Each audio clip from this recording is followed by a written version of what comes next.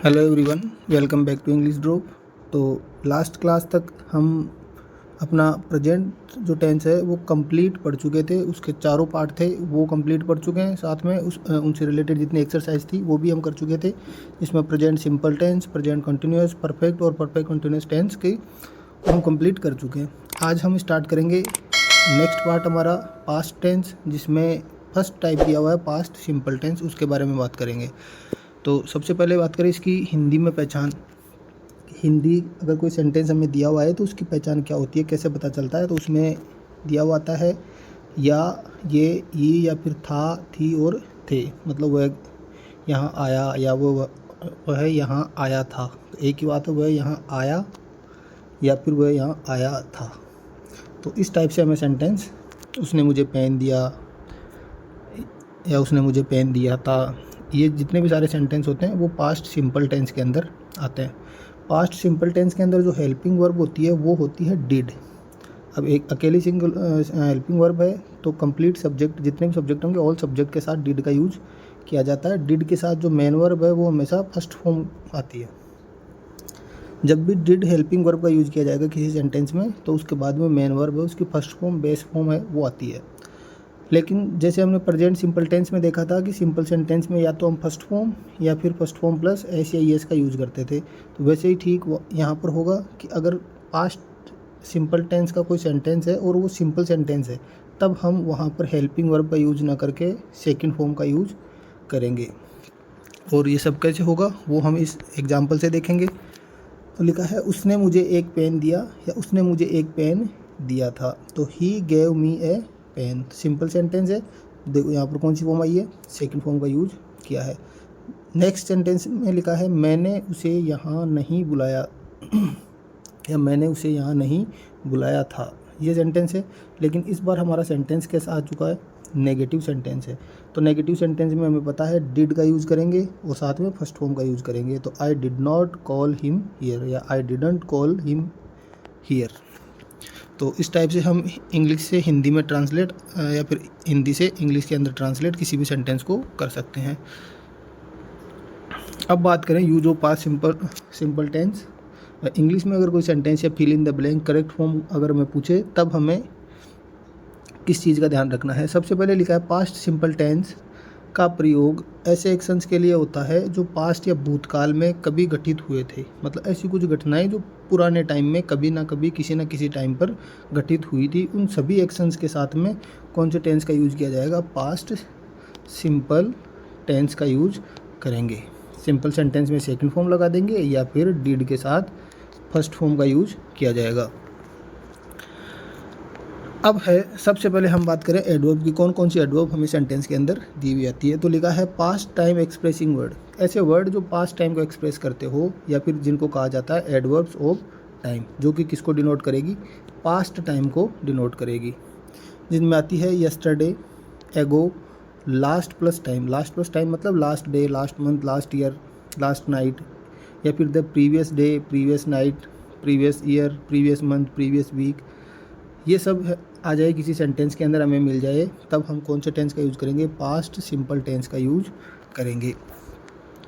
Example दिया, लिखा है the peon blank bring a cup of coffee yesterday morning. देखो यस्टरडे मॉर्निंग दिया हुआ, कल सुबह की बात हो रही, पास्ट सिंपल टेंस की बात कर रहा है ये।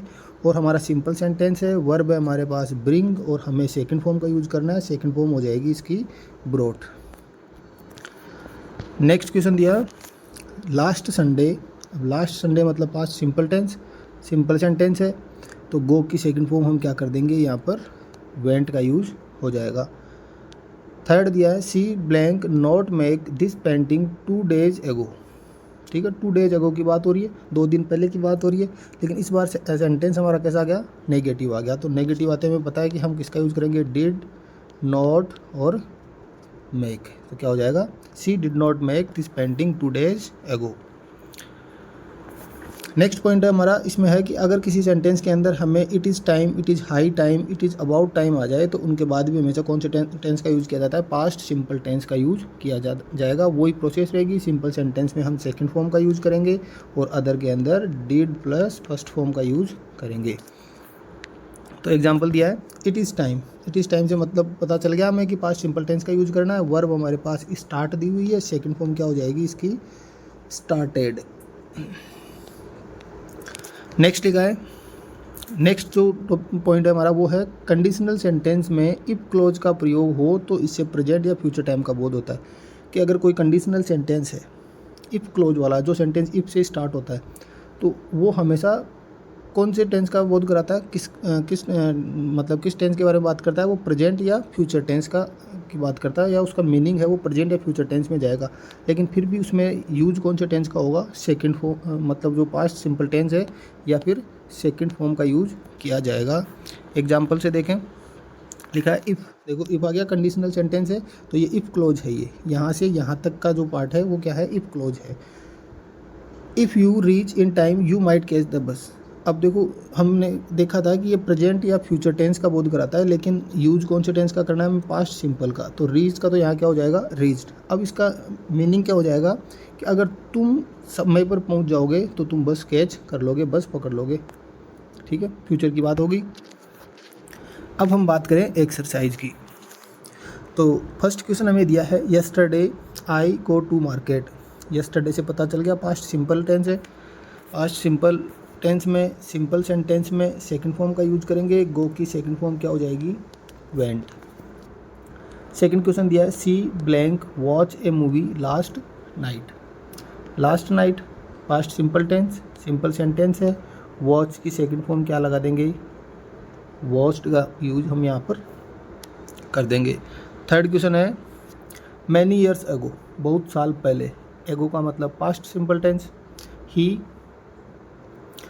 Blank come here with his family, past simple tense है, सिंपल सेंटेंस। हमें पता है कौन सी फॉर्म का यूज़ करना है यहाँ पर, सेकंड फॉर्म का।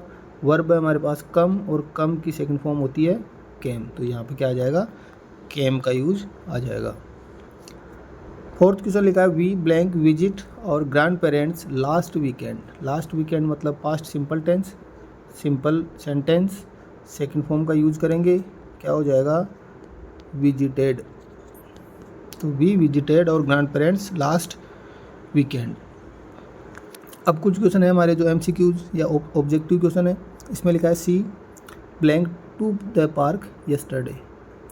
यस्टरडे का मतलब पास्ट सिंपल, सिंपल सेंटेंस में हमें पता है सेकंड फॉर्म का यूज़ करना है। गो फर्स्ट फॉर्म होती है, went second form. Option number B हमारा यहाँ से राइट आंसर हो जाएगा। आगे लिखा है question number 6 I blank my homework last night. Last night, last plus time आ गया, पास्ट सिंपल टेंस का यूज करना, सेकंड फॉर्म का यूज होगा सिंपल सेंटेंस में। ऑप्शन नंबर ए दिया है, ये तो टाइपिंग मिस्टेक हुई है, तो ऑप्शन नंबर ए लिखा है डू, फर्स्ट फॉर्म है, प्रेजेंट सिंपल में यूज होती है, नहीं होगा। बी डज, प्रेजेंट सिंपल में सिंगुलर सब्जेक्ट के साथ, ये भी नहीं आएगा। सी लिखा है डिड, और डू की सेकंड फॉर्म क्या होती है, did, second form. Option number C did हमारा यहाँ से राइट आंसर हो जाएगा। नेक्स्ट लिखा है my father blank a gift for me the previous day. The previous day का मतलब पास्ट सिंपल टेंस का यूज करना है, सिंपल सेंटेंस है, सेकंड फॉर्म का यूज करना है। ब्रिंग्स फर्स्ट फॉर्म ऐसी ही है, ब्रोड सेकंड फॉर्म, यहाँ पर ऑप्शन नंबर बी में हमें राइट आंसर दे रखा है।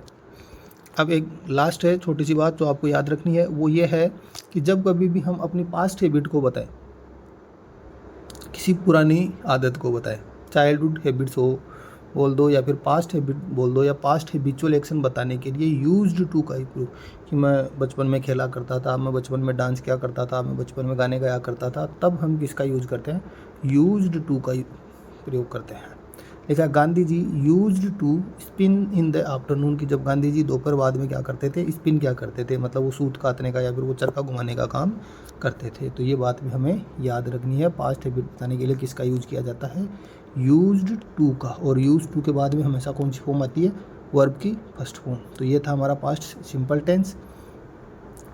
नेक्स्ट वीडियो में हम बात करेंगे अपने नेक्स्ट टेंस के बारे में, जो कि होगा पास्ट कंटिन्यूस टेंस। तब तक के लिए थैंक यू, गुड बाय।